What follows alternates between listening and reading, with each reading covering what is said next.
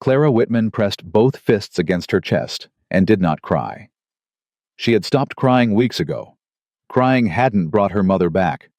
Crying hadn't stopped the sheriff from loading her into a wagon.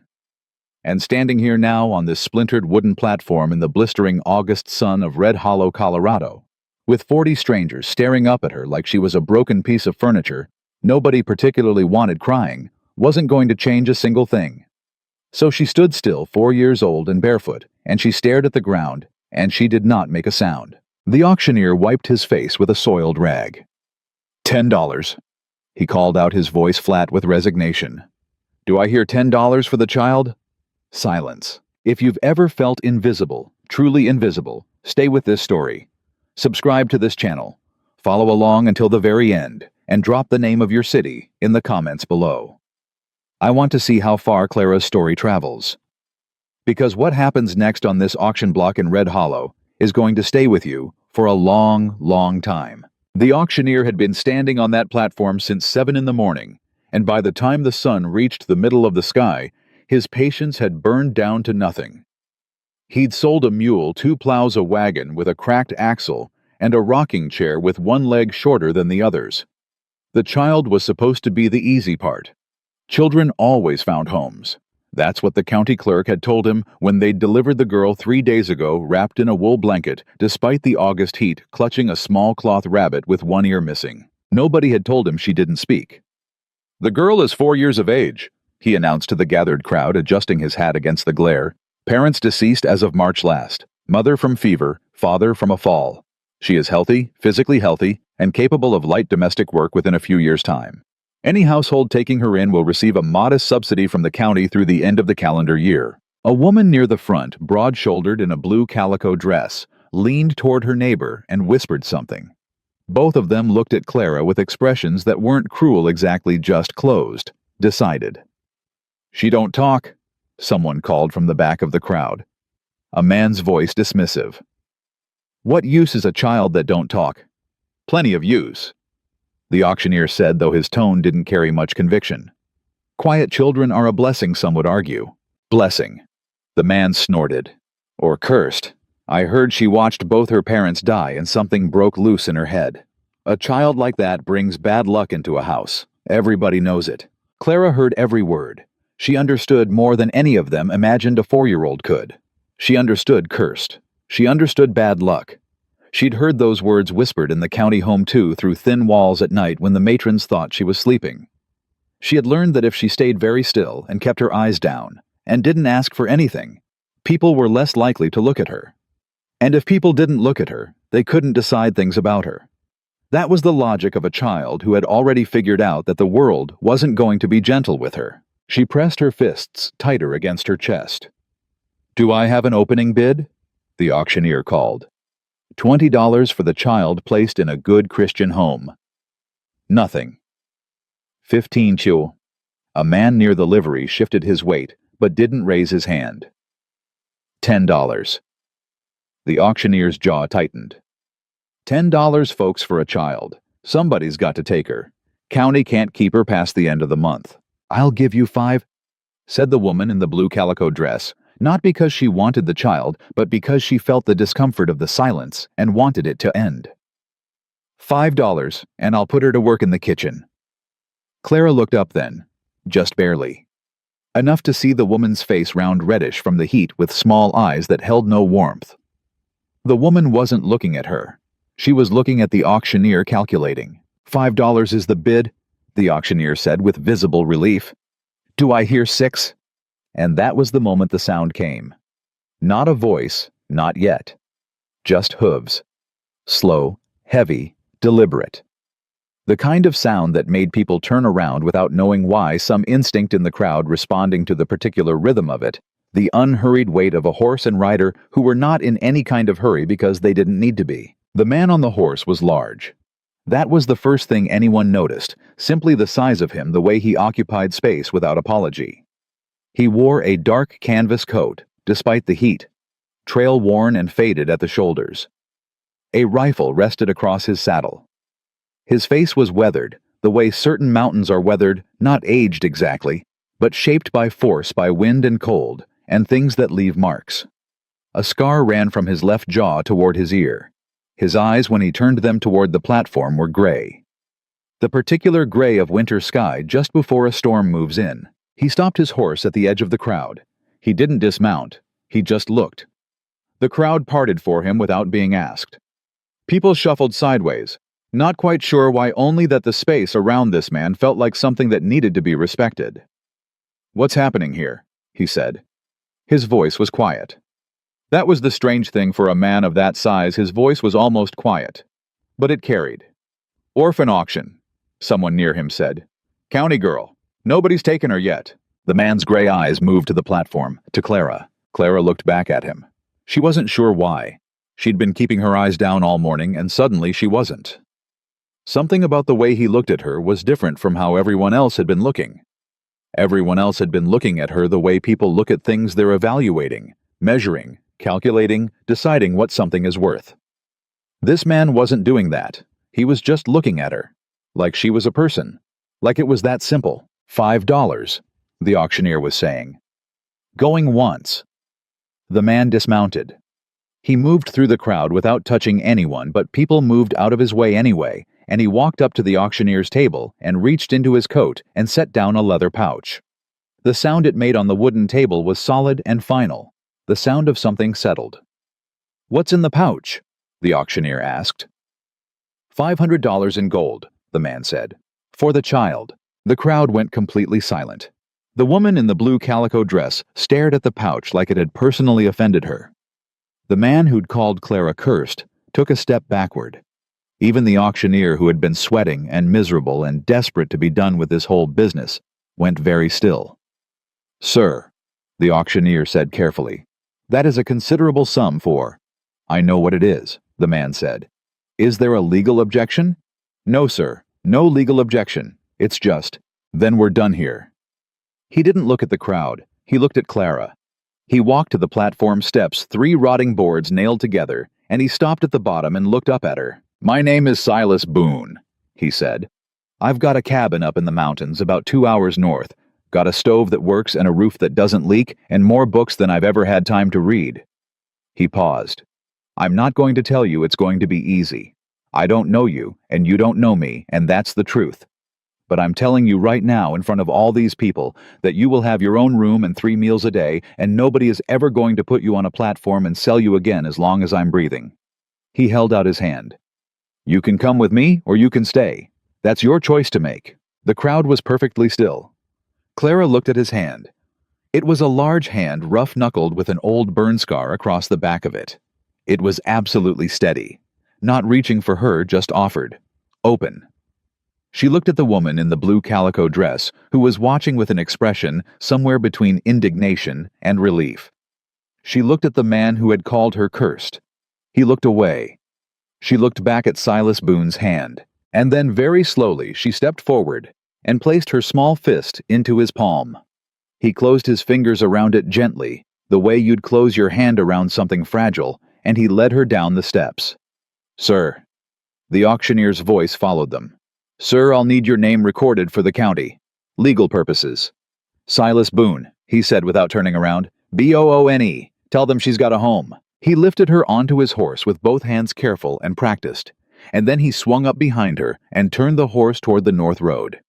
He didn't look back at Red Hollow. Clara did once. She looked at the platform, at the crowd, already beginning to disperse at the August dust, settling back down over all of it, ordinary and indifferent. Then she faced forward. The road out of Red Hollow was rutted and dry, and the heat pressed down on everything like a hand. Silas rode at an easy pace, one arm loose around Clara's waist so she wouldn't slip. He didn't talk, not at first.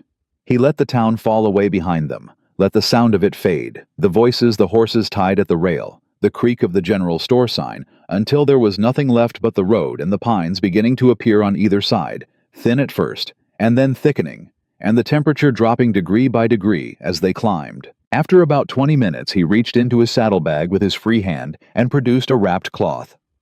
He held it out at her side where she could reach it. She didn't move. "Elk jerky and a biscuit," he said. "Made this morning. You don't have to take it." She took it. She unwrapped it carefully, the way a child does when they've learned not to drop things, not to spill things, not to give anyone a reason to be angry. She took a small bite of the biscuit. Then another. Then she ate the elk jerky in careful pieces, chewing slowly like she was trying to remember what food tasted like when you weren't eating it out of obligation or fear. Silas watched the road. "You don't have to talk," he said after a while. "Not today, not tomorrow, not until you want to.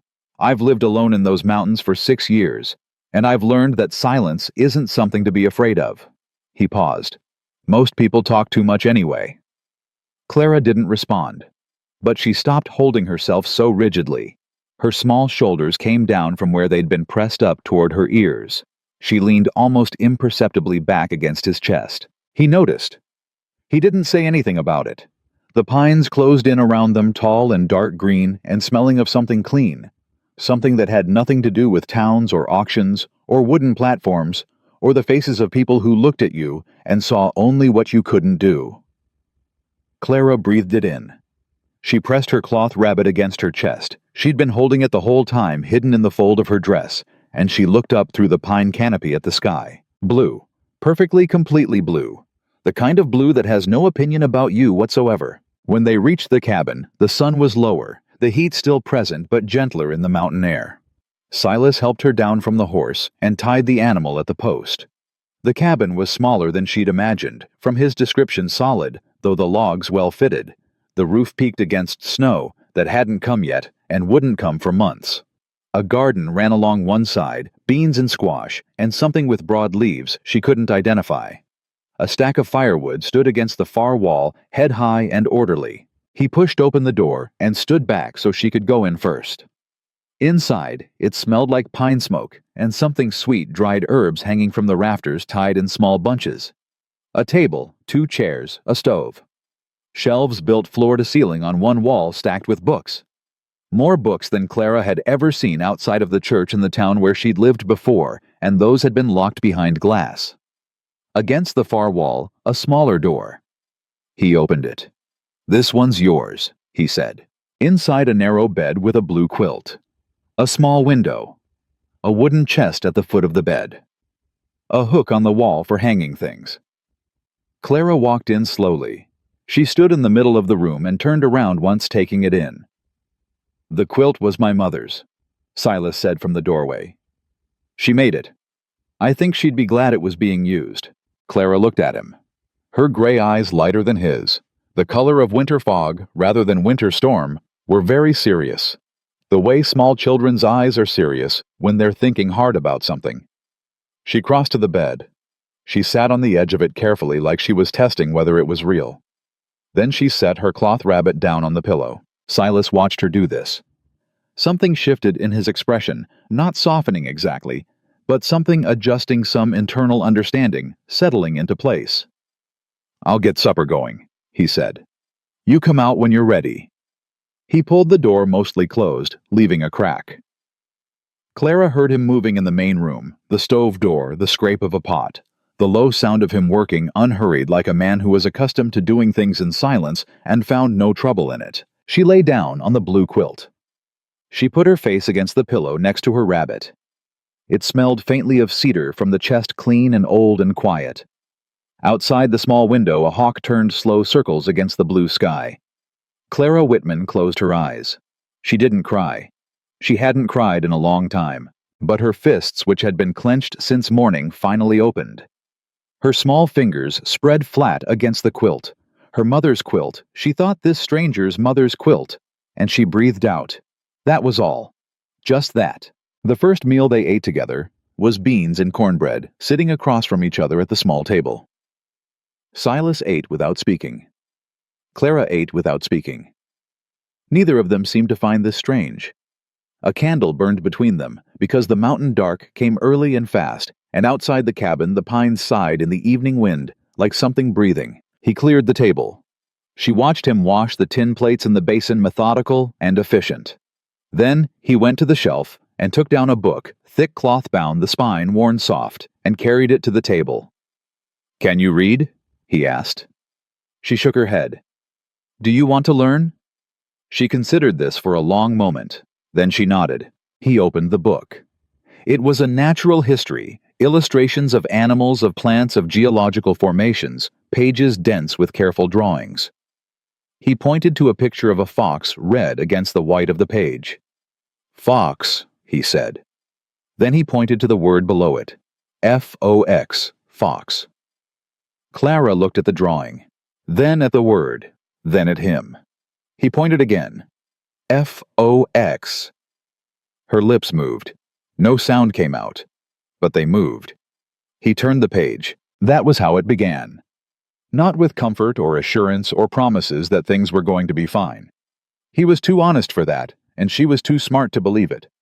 It began with a fox on a page, and a man's patient finger tracing letters, and a small girl's mouth learning in silence the shapes of words. Outside, the mountain, dark, was total and complete, the way it only gets far from towns.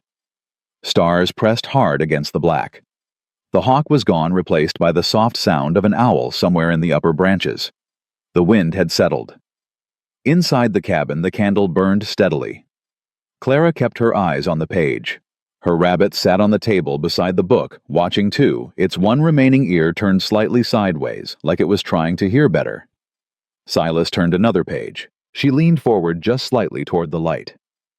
3 weeks passed, the way mountain summers do, fast in the daylight, slow in the cool of evening, each day stacking quietly on top of the last until Clara stopped counting them. She had learned 9 letters: F, O, X, B, E, A, R, D, and G. She knew them because Silas had tied each one to something real fox from the book bear, from the tracks they'd found pressed into the mud near the creek deer, from the animal that had stood at the edge of the tree line 3 mornings running, and watched them with large, unbothered eyes. He never drilled her, never tested her with impatience. He simply pointed at things and said their names and spelled them, and then went back to whatever he'd been doing and let the words settle into her at whatever pace they chose. She still hadn't spoken. He hadn't asked her to. But things were changing, and they both knew it in the wordless way that two people living in close quarters come to know things about each other that were never said aloud. Clara had started waking before him. He'd come out of his room to find her already at the table, the book open in front of her, her finger tracing the letters she knew. She'd look up when he came in, and he'd nod, and he'd start the stove, and neither of them would say anything, and it was fine. It was more than fine.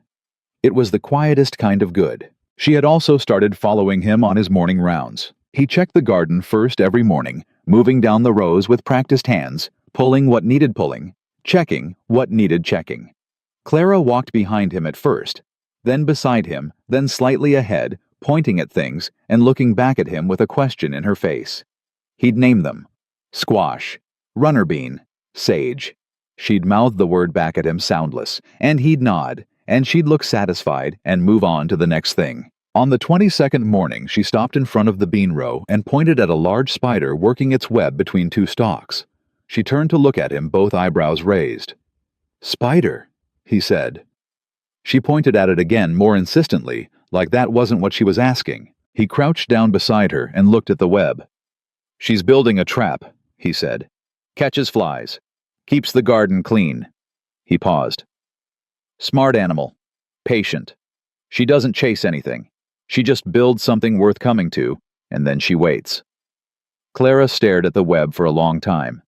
Then she looked at him with an expression he was starting to recognize, the look she got when something had landed somewhere important inside her, when a thing had moved from outside to in. He stood up and went back to work. She stayed at the web for another full minute before she followed. It was on the 25th day that the first real trouble came, and it came the way trouble usually comes in quiet places, without warning, in the form of a stranger on the road. Clara was in her room when she heard the hoofbeats. She'd learned in the weeks since Red Hollow to distinguish sounds.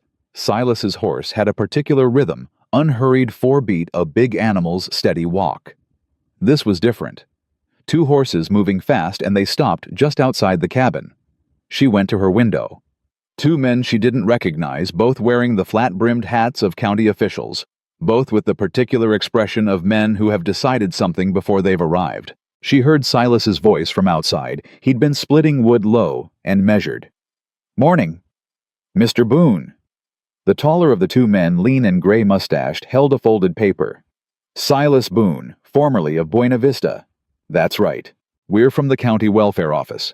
We have a report concerning a minor child in your custody. Clara Whitman, age 4. He held out the paper. This is a notice of welfare inquiry.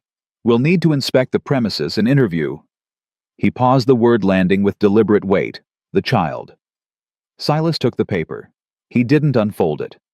Who filed the report? That's not information I'm obligated to share at this stage.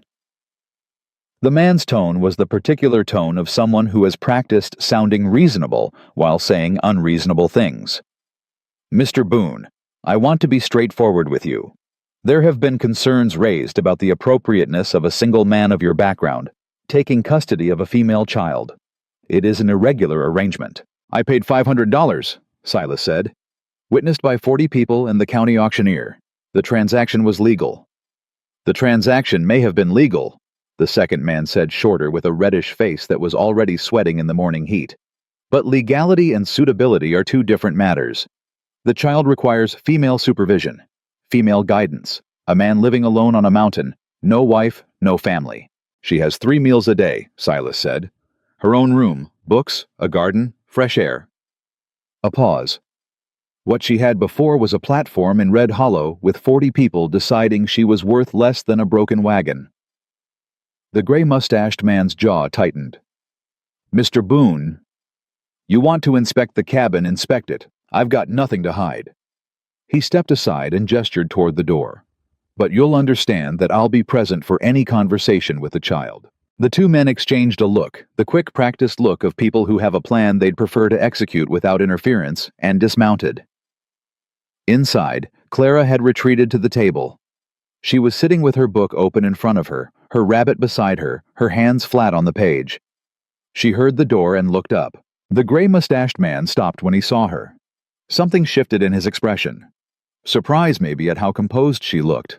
4 years old, sitting straight-backed at a table, with a book watching him with steady gray eyes. It wasn't what he'd expected. "Hello, young lady," he said, the kind of voice adults use when they're trying to sound gentle and don't quite know how. "My name is Mr. Aldridge. I'm from the county." Clara looked at him. "Can you tell me your name?" Silence. Aldridge glanced at Silas. "Does she speak?" "She communicates," Silas said. "That's not what I asked." "It's what I answered." Aldridge turned back to Clara. He crouched down to her level, which she didn't like. She leaned back slightly, almost imperceptibly, and her hand moved toward the rabbit. "Are you well, sweetheart? Are you being taken care of?" She looked at him for a long moment. Then she looked at Silas. Silas said nothing. He just waited. His expression said clearly that whatever she chose to do was her choice to make. She looked back at Aldridge. She reached out and turned the book toward him and pointed at a word on the page. Aldridge blinked. He looked at the word. It was bear. B-E-A-R. "She's been learning to read," Silas said. 3 weeks. "A 4-year-old can't?" "She can," Silas said, simply, without argument. Aldridge stood up. He walked through the cabin, slowly looking at things, the shelves, the stove, the hooks on the wall with Clara's small coat hanging from one, the bunch of dried sage on the table that Clara had picked from the garden herself 2 days ago, and placed there without explanation. He opened the door to her room and stood in the doorway for a moment, looking at the blue quilt, the wooden chest, the rabbit's position on the pillow where she'd set it that morning before coming to breakfast. He came back out. His expression was harder to read now. "The child needs to be evaluated by a county physician," he said. "We'll need to schedule it," Silas said. "I'll bring her in. We'd prefer to take her now for—" "No." The word was quiet. Absolute. Like a door closing. "She is not going anywhere with strangers today. If the county wants to conduct an examination, I will bring her to the county physician's office in Millhaven on a date you specify, and I will be present for the examination. That is what's going to happen." Aldridge stared at him. The reddish-faced man took a half-step forward. Silas looked at him, just looked at him. The man stopped.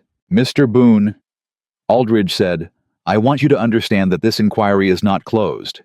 We will be returning. If we find anything at all that suggests this child is not in a proper environment." "Then you'll find it," Silas said. but you won't." They left.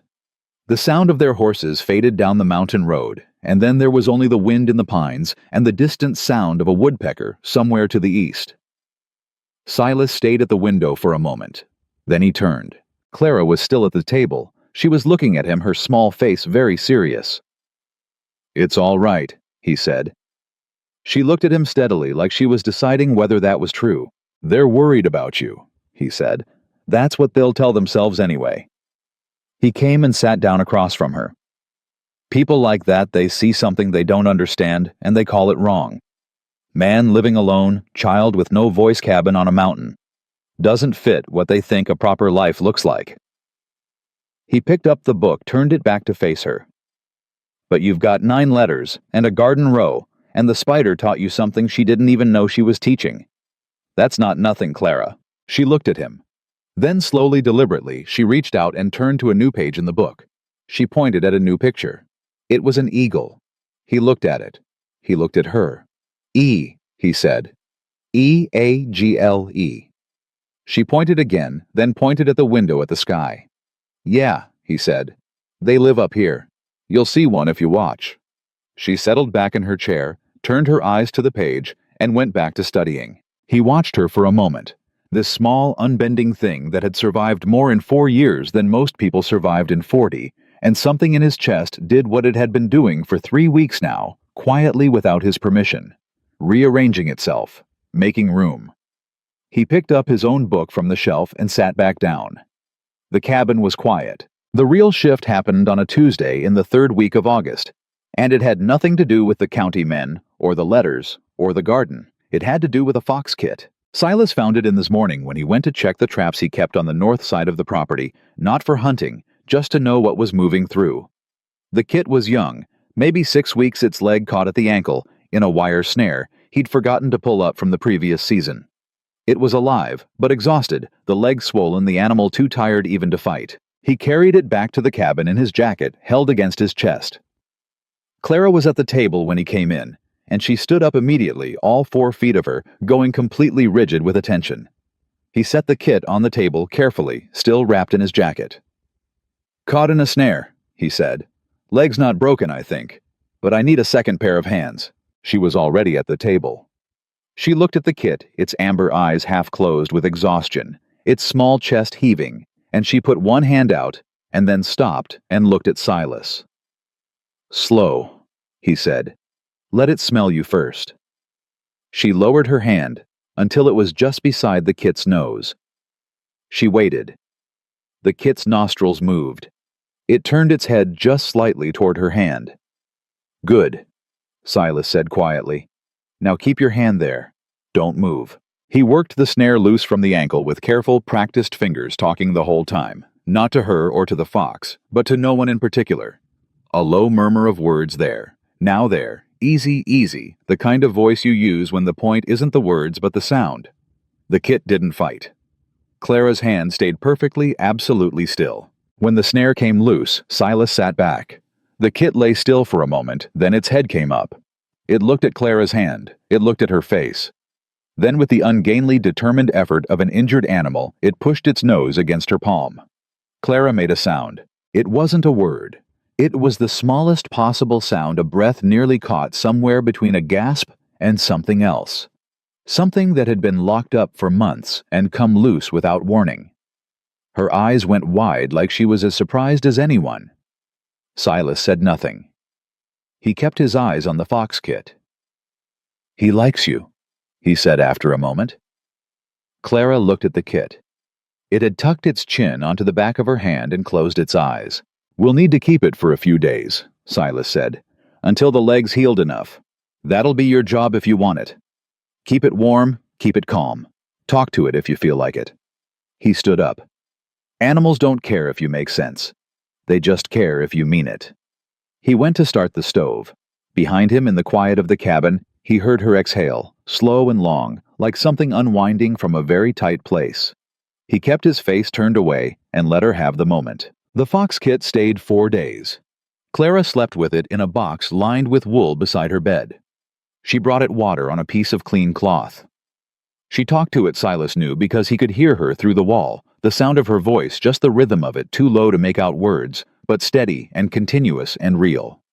A voice that had been silent for months, finding its way back through a 6-week-old fox with an injured leg in a mountain cabin in August, because that was the particular shape that Grace took in that particular season. On the morning of the 4th day, she brought the kid outside. She set it down in the grass at the edge of the tree line and crouched behind it, her hands open at her sides, and waited. Silas watched from the doorway. The kit stood there for a moment, its healed leg testing the ground. Then it looked back at Clara just once, and moved into the trees. Clara stayed crouched in the grass for a long time after it was gone. Then she stood up and turned around. She walked back toward the cabin. When she was a few feet from Silas, she stopped. She looked up at him. "Thank you," she said. 2 words. Her voice was rough from disuse, small and serious like a door opened for the first time, in a long time, the hinges stiff but working. Silas looked at her for a moment. Then he nodded the way he nodded at things that were important and didn't need to be made larger. "You're welcome," he said. He turned and went inside. She followed. At the table, she opened the book. She turned to E. Then she pointed at him, then at the word, then at herself. He sat down. "E-A-G-L-E, he said. She repeated it out loud, soft and certain, like a first step on solid ground after a long time in the water. "Eagle," she said. He turned the page. Her voice came back the way spring comes to high country, not all at once, not in a rush, but in pieces, one small thing at a time, until you looked up one morning and realized the world had changed while you weren't watching. By the first week of September, Clara was saying the names of things in the garden: squash, bean, sage. She said them the way she said everything carefully, like each word was a coin she was choosing to spend. By the second week, she was asking questions, single words mostly with her eyebrows up. Why Silas answered each one without ceremony, without making a production of the fact that she was talking, because he understood instinctively that if he made it into something remarkable, she might decide it was harder than it was, and stop. She was smart enough to know she was being handled carefully. She was grateful enough not to mind. What nobody in Red Hollow would have predicted, and what Silas himself had only begun to understand, was that Clara Whitman's silence had never been emptiness. It had been storage. Everything she couldn't say out loud, she'd been filing away, watching, cataloging, building a picture of the world from the outside in. Now that the words were coming back, what came with them wasn't the simple speech of a 4-year-old. It was observations, connections, questions that stopped Silas mid-sentence because he hadn't expected them from someone who barely came up to his belt buckle. "Why do the beans grow up but the squash grows sideways?" she asked one morning, crouched in the garden with dirt on both knees. He thought about it. "Beans are looking for light," he said. "Squash already knows where it is." She considered this with the seriousness of a circuit court judge. Then she nodded and went back to weeding. He stood there a moment longer than necessary. It was Hattie Greer who first complicated things. Hattie ran the dry goods store in Millhaven, the nearest town, 8 miles down the mountain road. She was 61 years old, wide as a doorframe, with iron gray hair and opinions she shared freely, whether or not anyone had asked for them. Silas had been buying supplies from her for 6 years. She tolerated him the way people tolerate weather. Not much choice in it, might as well make peace. The first time he brought Clara into the store, Hattie came around the counter before he'd even closed the door. "Lord in heaven," she said, looking at Clara. "Is this the girl, the one from Red Hollow?" "This is Clara," Silas said. Hattie dropped to one knee with the practiced ease of a woman who'd raised 7 children, and still had the instincts for it. She looked at Clara directly, not over her head, not through her, directly at her eye to eye. "Hello, Clara, I'm Hattie. I have lemon drops behind the counter, and I've been known to share them with people I like." She paused. "You look like someone I'm going to like." Clara looked at her steadily. Then she looked at Silas. "She's all right," he said. "High praise from him," Hattie said, standing. "I'll take it." She went back behind the counter, produced a small paper twist of lemon drops, and set it on the edge of the counter at Clara's height. "Those are yours. No conditions." Clara reached up and took them. She didn't open them.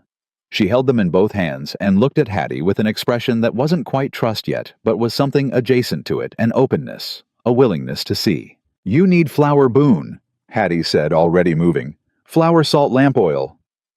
I heard Aldridge came up to see you." Silas's jaw tightened slightly. "Word travels. Always does." She set a flour sack on the counter. What did he want? What they always want. To decide whether a thing is proper. And he looked around and left. Hattie glanced at Clara, who was now examining the lemon drops with focused attention. She lowered her voice not much, just enough. "He's not done, Silas. Aldridge doesn't let things go. He's got a man on the county board fellow named Prescott who's been making noise about orphan placements, saying single men shouldn't be taking children at auction, that the system's being abused." She looked at him directly. "He's going to come back with paperwork." "Let him come with paperwork. I'm serious." "So am I." Hattie looked at him for a long moment. Then she looked at Clara again. Something in her face shifted the particular expression of a woman who has made a decision that isn't fully formed yet, but is already inevitable. "You need anything else?" she said. "You come to me. That's all I'm saying." It was 3 days later that Aldridge came back. This time he brought 3 men instead of 2, and one of them was in a suit that had no business being on a mountain road in August. The suited man's name, as he introduced himself with the precision of someone accustomed to his name mattering, was Gerald Prescott. County Board of Child Welfare.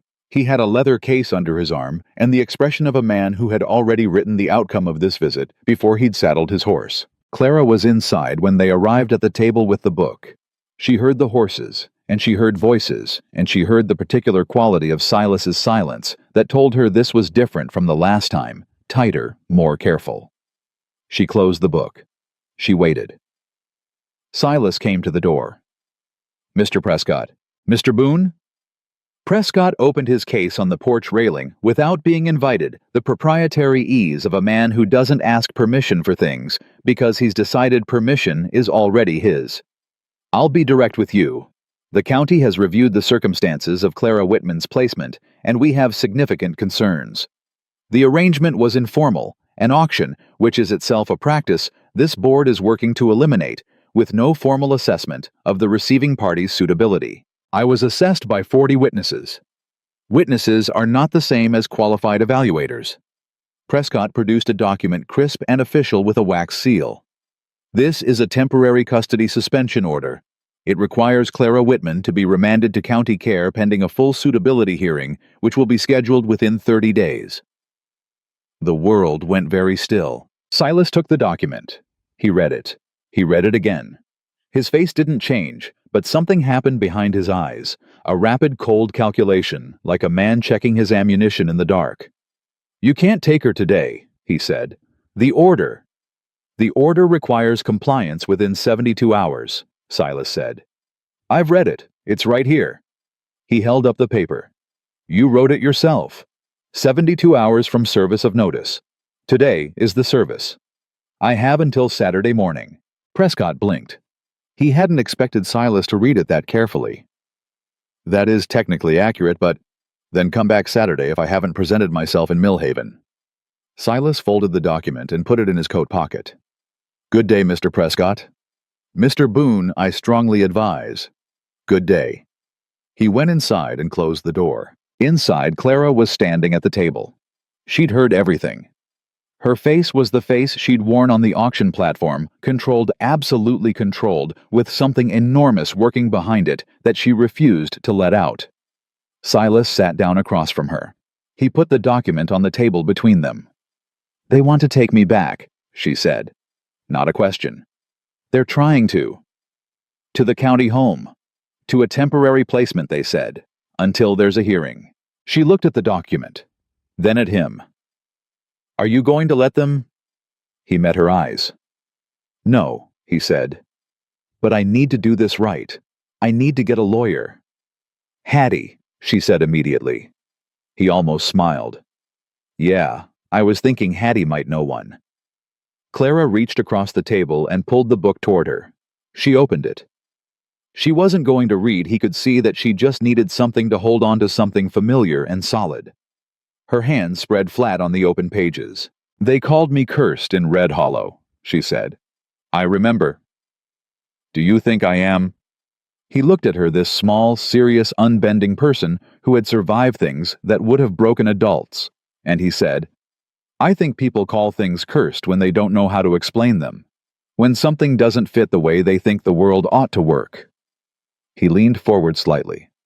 "You don't fit, Clara. You never have. That's not a curse. That's just who you are." She looked at him for a long time. Then she looked back down at the book. "Okay," she said.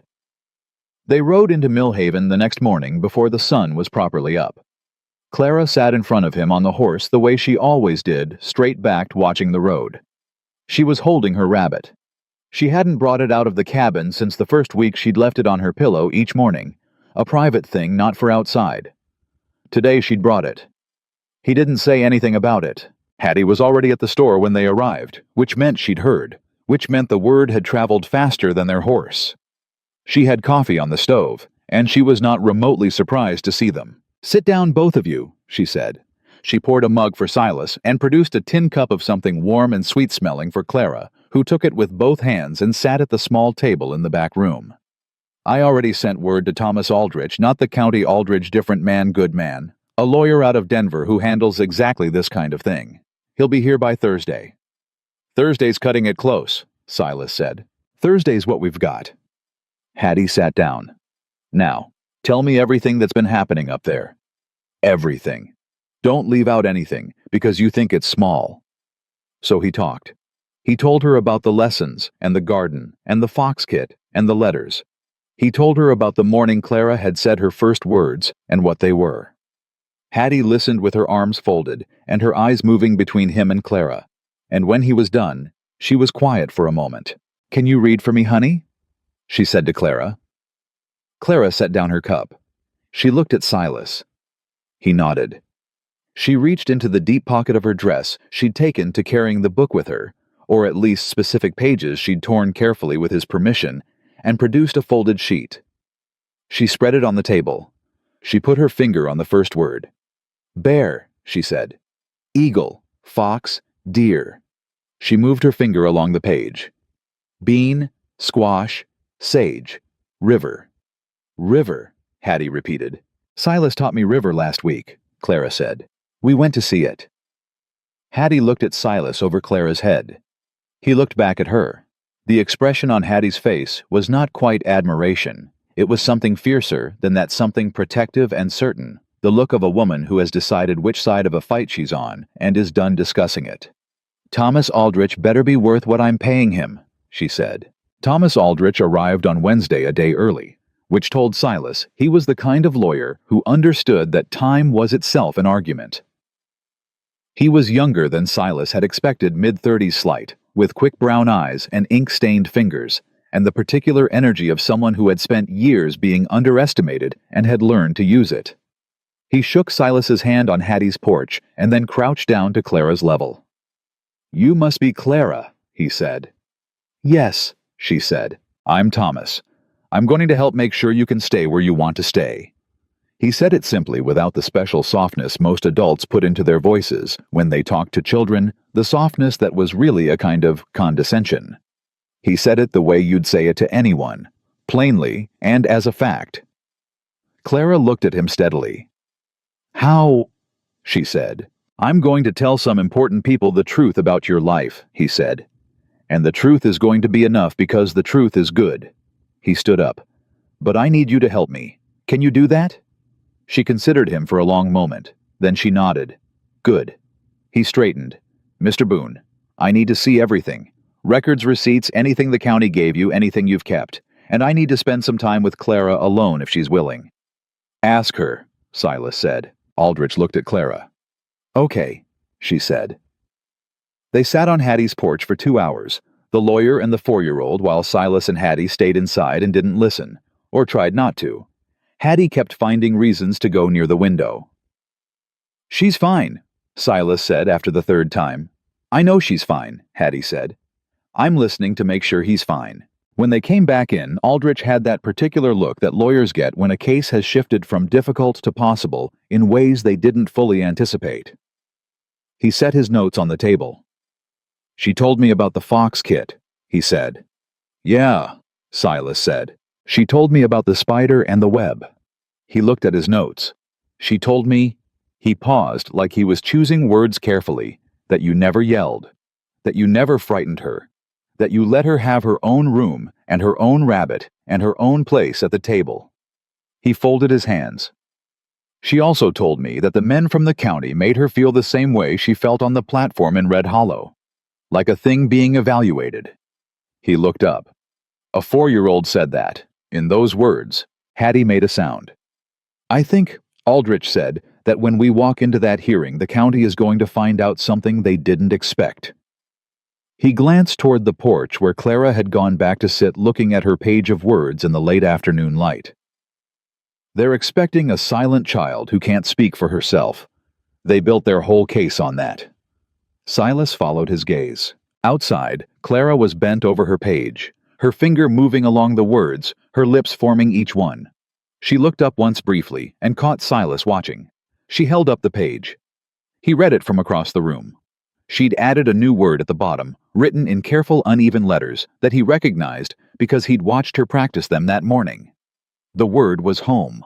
The hearing was set for Friday morning in Millhaven's County Courthouse, which was really just the back room of the Land Registry office with extra chairs brought in and a raised table where Judge Elias Harmon sat when he came through on his monthly circuit. He was due in Millhaven that Friday, regardless which Aldrich said was either good luck or providence, depending on what a man believed in. Silas believed in neither particularly, but he didn't say so. The night before the hearing, he and Clara sat at the table after supper, the way they always did with the book between them. She'd learned 31 words now. She kept them on her page, written in her own hand, added 1 or 2 each day, the letters growing steadier and more confident as the weeks went on. Tonight, she wasn't reading. She was sitting with her hands flat on the page, looking at the candle. "Will there be a lot of people?" she asked.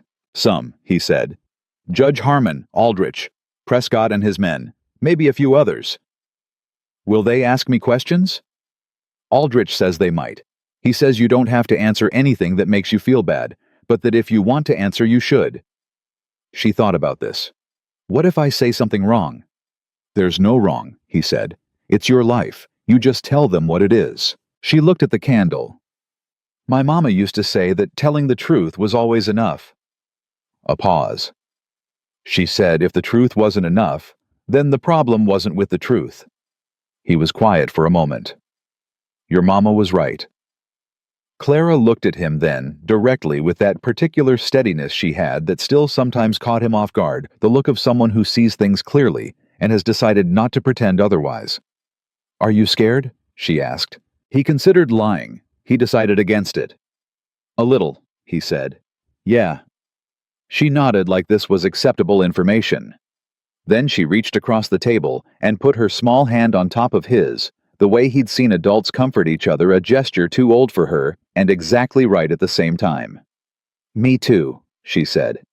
"But I think we'll be okay." He turned his hand over and held hers for a moment. Then she pulled back and went to bed, and he sat at the table alone for a long time after the candle burned low. They arrived in Millhaven before 8. Hattie was waiting outside the Land Registry office with Thomas Aldrich, and beside them, to Silas's considerable surprise, stood 6 other people. Martha Denley from the feed store. Reverend Cole from the white clappered church on the main road. 2 ranchers Silas knew by name, but not well brothers, named Garrett and Ed Foss, who ran cattle on the South Range. An elderly woman named Pearl Hutchins, who had been the school teacher in Millhaven for 30 years before her retirement. And a young woman Silas didn't recognize at all, maybe 25, with a notebook in her hand. "Who's she?" Silas said quietly to Hattie. "Reporter," Hattie said. "From the Denver paper." She heard about the hearing. She said it without apology, which meant it had been her doing. "The more eyes on this, the better." Silas looked at the group. He looked at Aldrich. "Character witnesses," Aldrich said. "All voluntary. All here because they wanted to be." Clara was standing at Silas's side, holding her rabbit, looking at the assembled people. One by one, they looked back at her. Martha Denley gave her a small wave. Reverend Cole tipped his hat. Pearl Hutchins smiled the direct and specific smile of a woman who has spent decades making children feel seen. Clara looked up at Silas. "I told you," he said. She looked back at the group.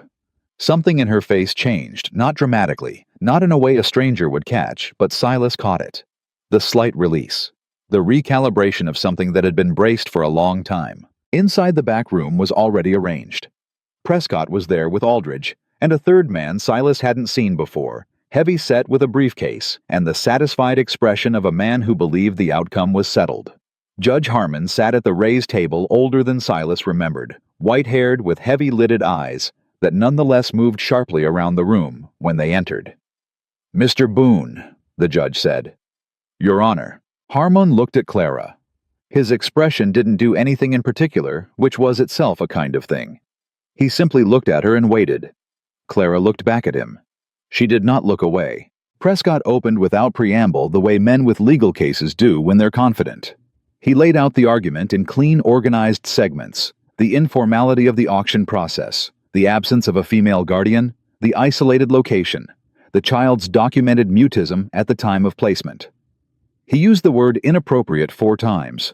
He used the word unsuitable 3 times. He was precise, and he was practiced, and he was... Silas noticed, completely careful never to say anything that acknowledged Clara as a person in the room who could hear him. Aldrich let him finish. Then he stood up. "Your Honor," he said, "the county has presented a case about conditions. I'd like to present a case about a child." He called Silas first. Silas sat in the chair at the front of the room and answered questions for 20 minutes. The books, the garden, the fox kit, the letters. The morning she'd said eagle for the first time, her voice rough from disuse but certain.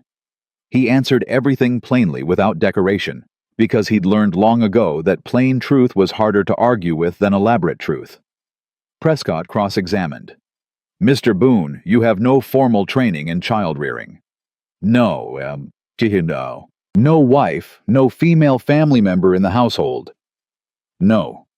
No neighbors within several miles." "That's right. And yet you believe this is an appropriate environment for a 4-year-old girl." Silas looked at him.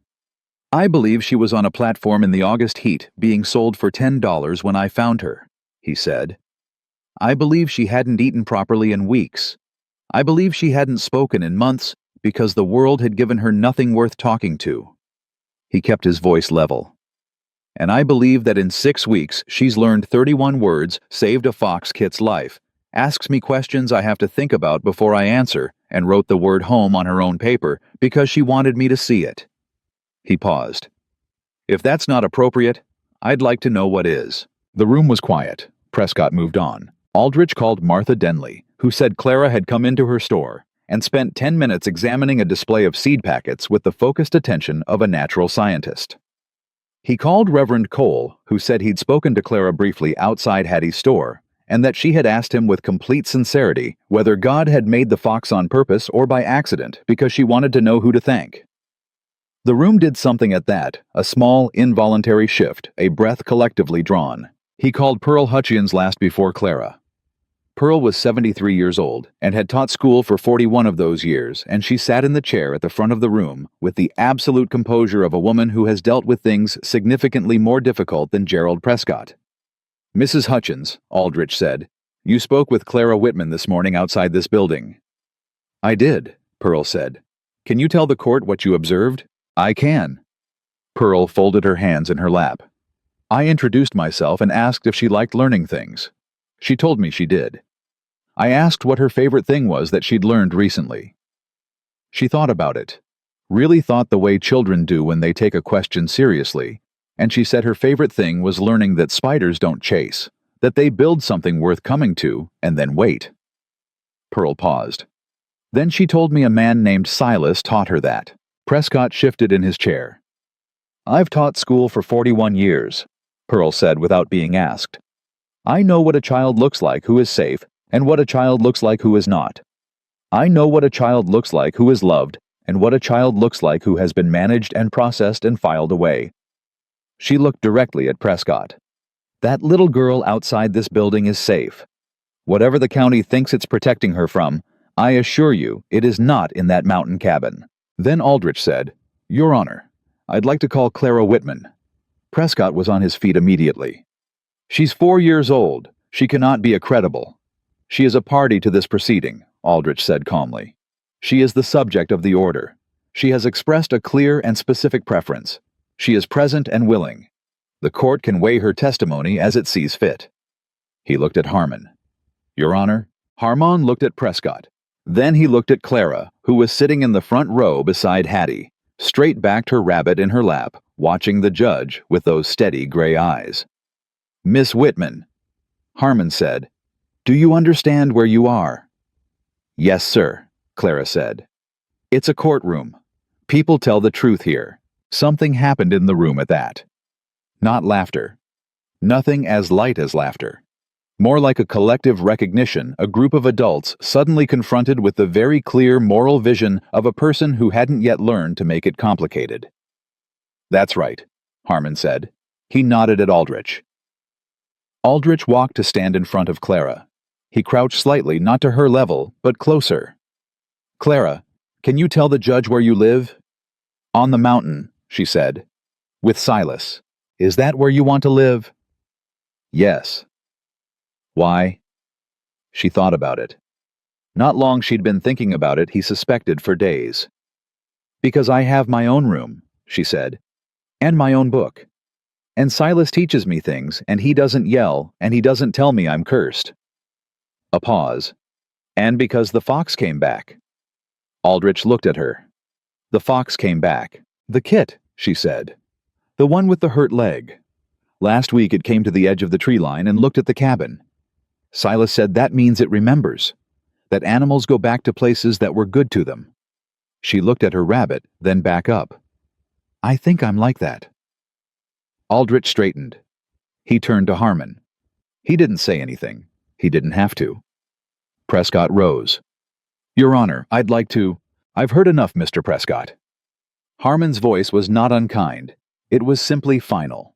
He made a note on the paper in front of him. "I've heard about conditions, and I've heard about a child. The conditions are irregular, I'll grant you that. Single man, isolated location, unconventional arrangement." He set down his pen.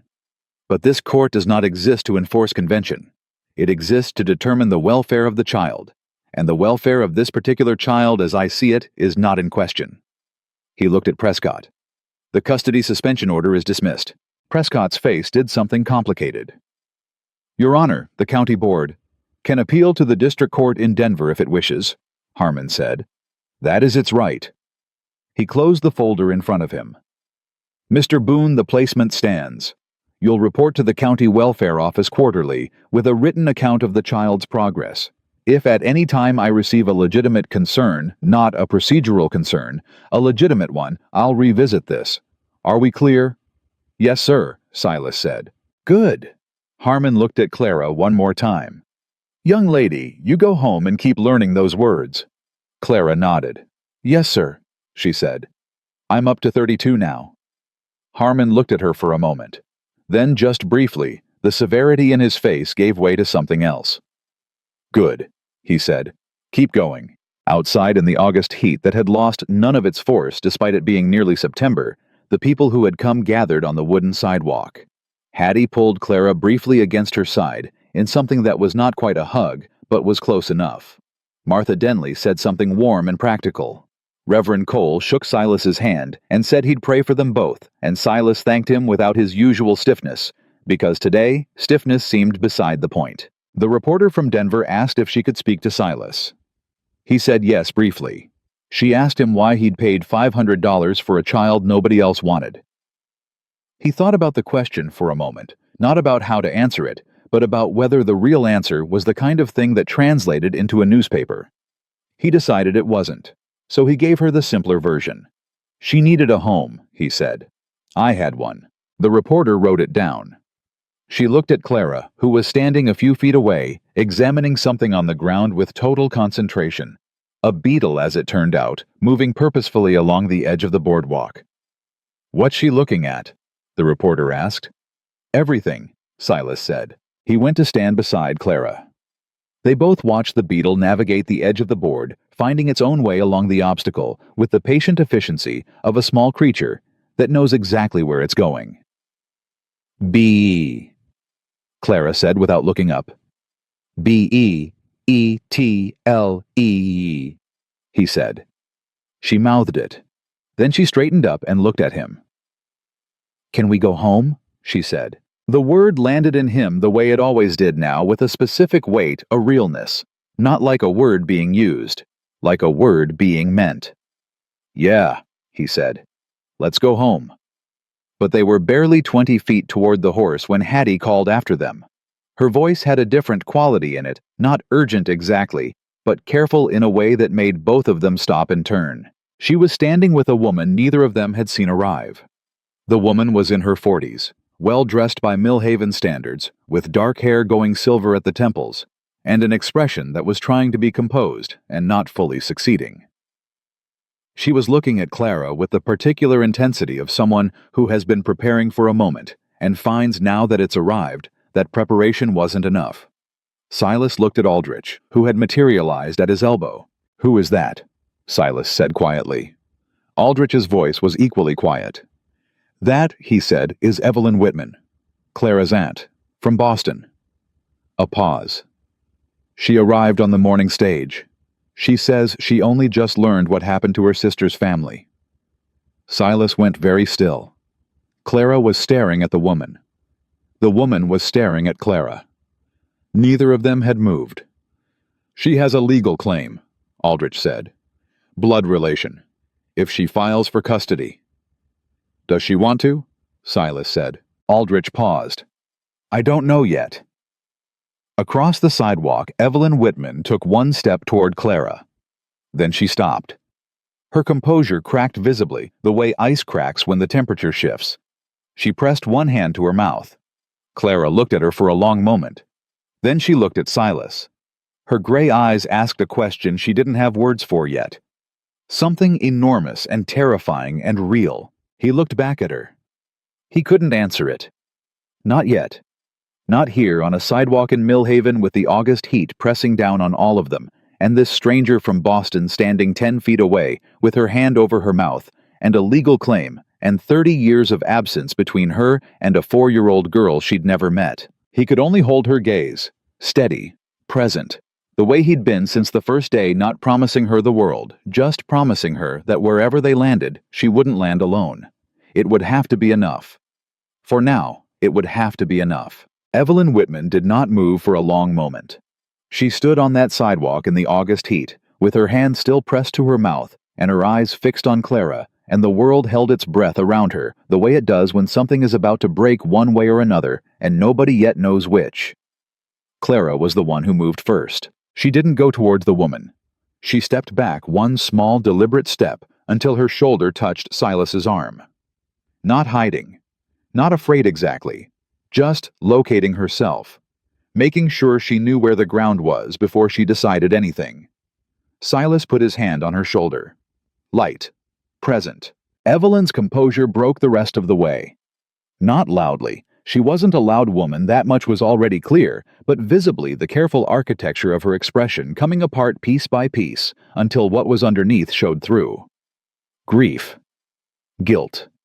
Something older than either of those, something that had been sitting in her a long time before this morning.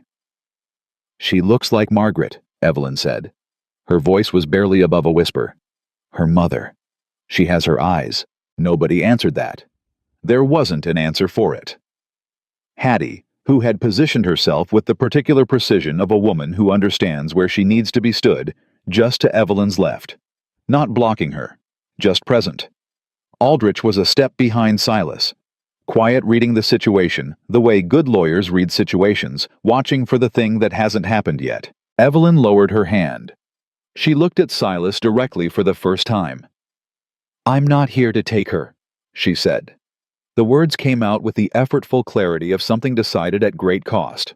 "I want you to know that. I didn't come here to take her from anyone." "Then why did you come?" Silas said. Not accusatory, just the question. Evelyn looked at Clara again. "Because I should have come sooner," she said. "And I didn't. And I have to live with that." She swallowed. "I didn't know about Margaret and Thomas until 6 weeks ago. I was in Boston. There was distance between us, years of it. My fault mostly. She stopped, started again. When I finally found out, I found out about Clara too. That she'd been placed at a county home, then auctioned. And her voice caught. I came as fast as I could. I know that's not fast enough. I know 6 weeks isn't an excuse. Clara was listening to all of this, with her particular quality of attention, still total missing nothing. Are you my mama's sister? She asked. Evelyn looked at her. The directness of it seemed to hit her physically, a small flinch that she absorbed and steadied through. Yes, she said. I am. Mama talked about a sister, Clara said. She said you lived far away, and that sometimes families drift like boats. A pause. She wasn't angry about it. She just said that's what happens sometimes. Evelyn closed her eyes briefly. When she opened them, they were wet, but she wasn't going to cry, or was choosing not to. Holding it by the same discipline that had probably held her together on the stage from Denver. Your mother was kinder than I deserved, she said. Clara considered this with her customary seriousness. Then she said, Do you want to see my word page? The question landed in the middle of all that grief and guilt and legal weight and diffused it the way a child's directness diffuses things that adults have made too complicated. Evelyn blinked. Your word page. Clara reached into her dress pocket and produced the folded paper worn at the creases, now soft from handling. She unfolded it and held it out. 32 words, in careful, uneven letters, each one learned and earned, and written in her own hand. Evelyn took it. She read it slowly, all of it, and when she got to the bottom, to home written just slightly larger than the others. Her breath went out of her in something that wasn't quite a sob, and wasn't quite a sigh, and was both. You wrote all of these, she said. Silas taught me, Clara said, but I wrote them. Evelyn looked up at Silas. The expression on her face had changed entirely. The guilt was still there, but something else had joined it, something that looked like recognition. Like she was seeing for the first time what had actually happened in the weeks she hadn't been here to see. She's been learning to read, Silas said. I can see that. Evelyn folded the paper carefully and handed it back to Clara. Your mother would have... She stopped. Your mother would be very proud. Clara took the paper and put it back in her pocket. She looked at Evelyn for a long moment. Then she said, You could come see the cabin, if you wanted. Silas has more books than anyone. It was so simple, so utterly without strategy or performance. Just a child extending the only thing she had to offer the place that was hers, the life that had been built to someone who was connected to her by blood and separated by years and standing on a sidewalk in August, not knowing what to do with her own hands. Silas looked at Clara, then at Evelyn. You're welcome, he said, if you want to come. Evelyn pressed her lips together. She nodded once, not trusting her voice. Aldrich exhaled quietly beside Silas. Hattie caught Silas's eye over Evelyn's shoulder and gave him the smallest possible nod. The nod of a woman who has been managing impossible situations for 61 years and recognizes when one has just turned a corner. They rode back up the mountain that afternoon, the four of them. Silas on his horse with Clara in front of him. Evelyn on a rented mare from the Millhaven livery. Aldrich having declined the invitation with the tact of a man who knows when his presence is no longer the point. The heat pressed down, but the pines began closing in as they climbed, and the air changed the way it always changed on that road.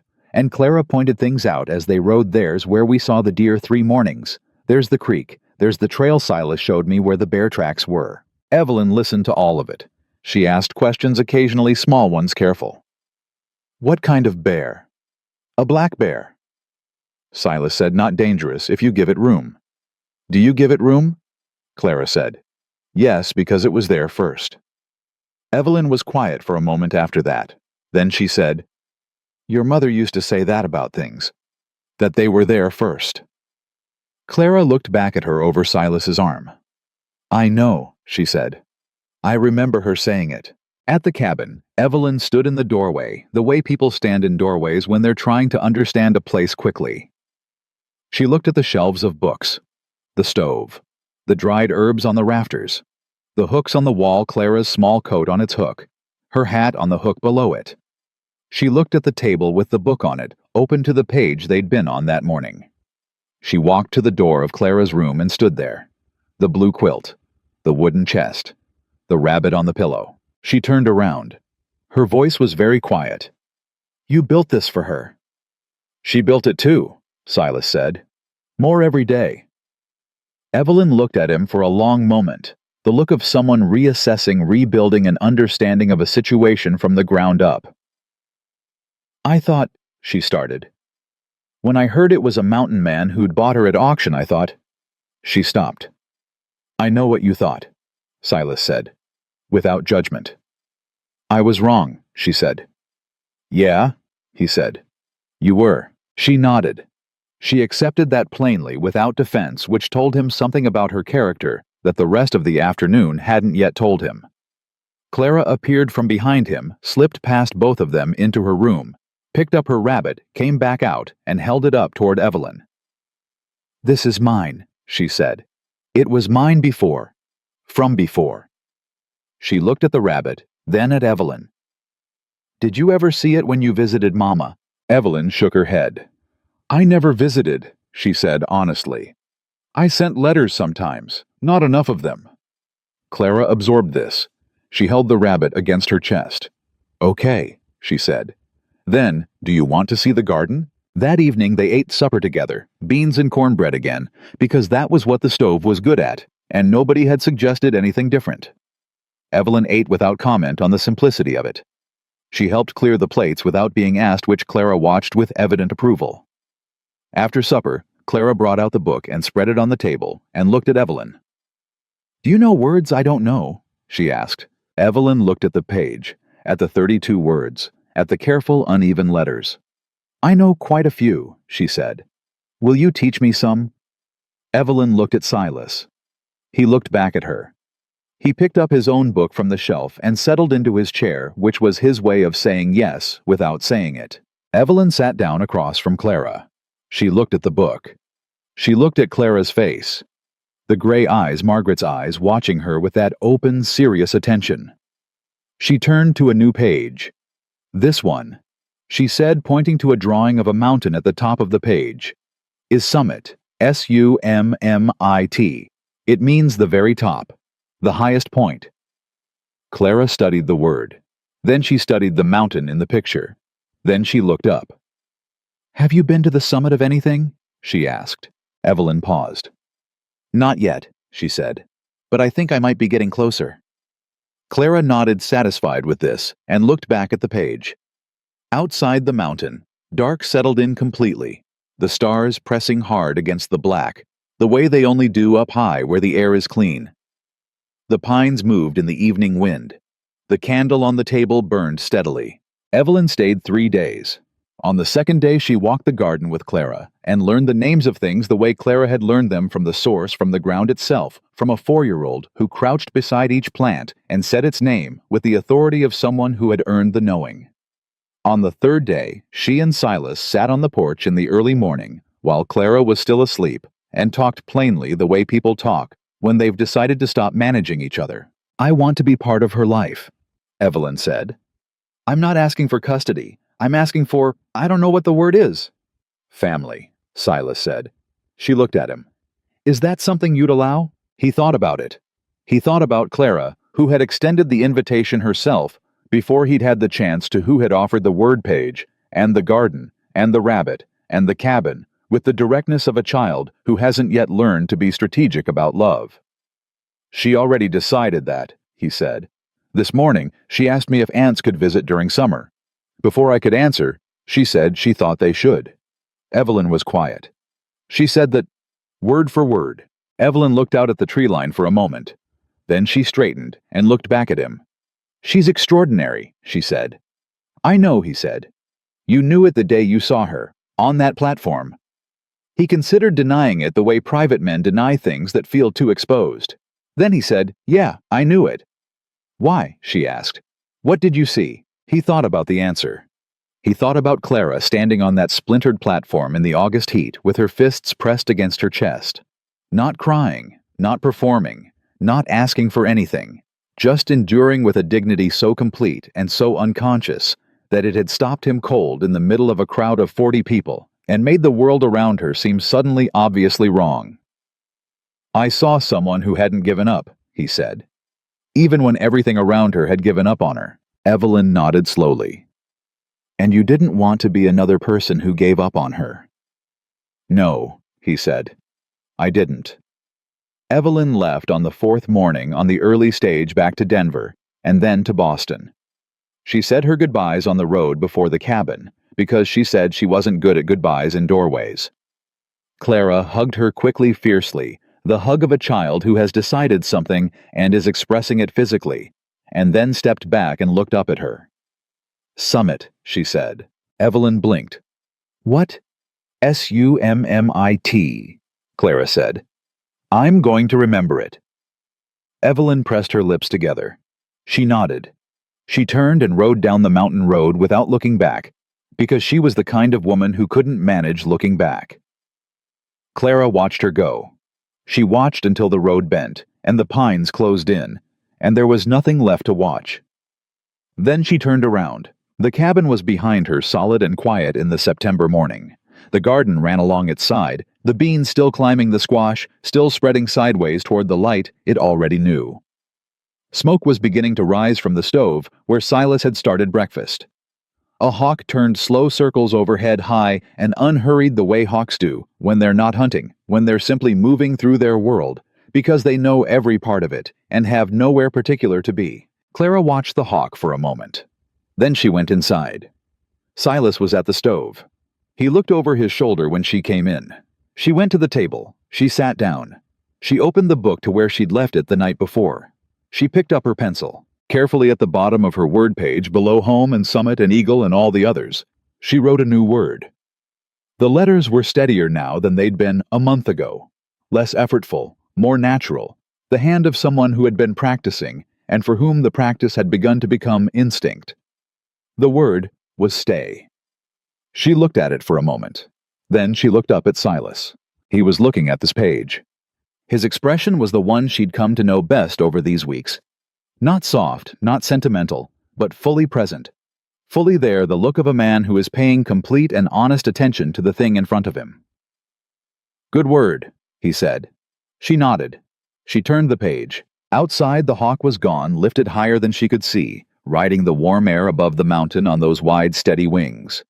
The pines held their ground in the morning wind. The garden grew. The smoke rose clean and straight in the still September air. Clara Whitman had come to the mountain without a voice and without a word for what she needed. She had found both here in a cabin built for one in the company of a man who understood that some things cannot be rushed. Not grief, not silence, not the slow and necessary work of learning to belong somewhere again.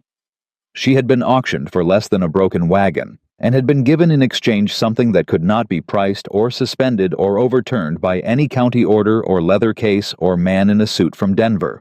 She had been given the one thing every human soul requires above all others, a place that was hers, a person who meant it, and the daily unhurried proof that she was worth staying for. That was enough. It was more than enough. It was everything.